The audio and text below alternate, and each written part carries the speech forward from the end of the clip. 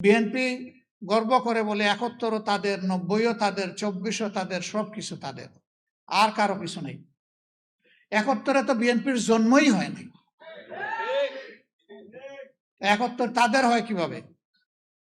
এখন যদি বলে যে ৭১ শহীদ প্রেসিডেন্ট জিয়াউর রহমান স্বাধীনতার ঘোষণা দিয়েছেন এবং যুদ্ধ করেছেন, সেই কারণে হ্যাঁ, ঘোষণা উনি দিয়েছেন, প্রথমবার নিজের পক্ষ থেকে, দ্বিতীয়বার আরেকজনের পক্ষ থেকে। আর যুদ্ধ উনি করেছেন, আমরা অবশ্যই সম্মান করি।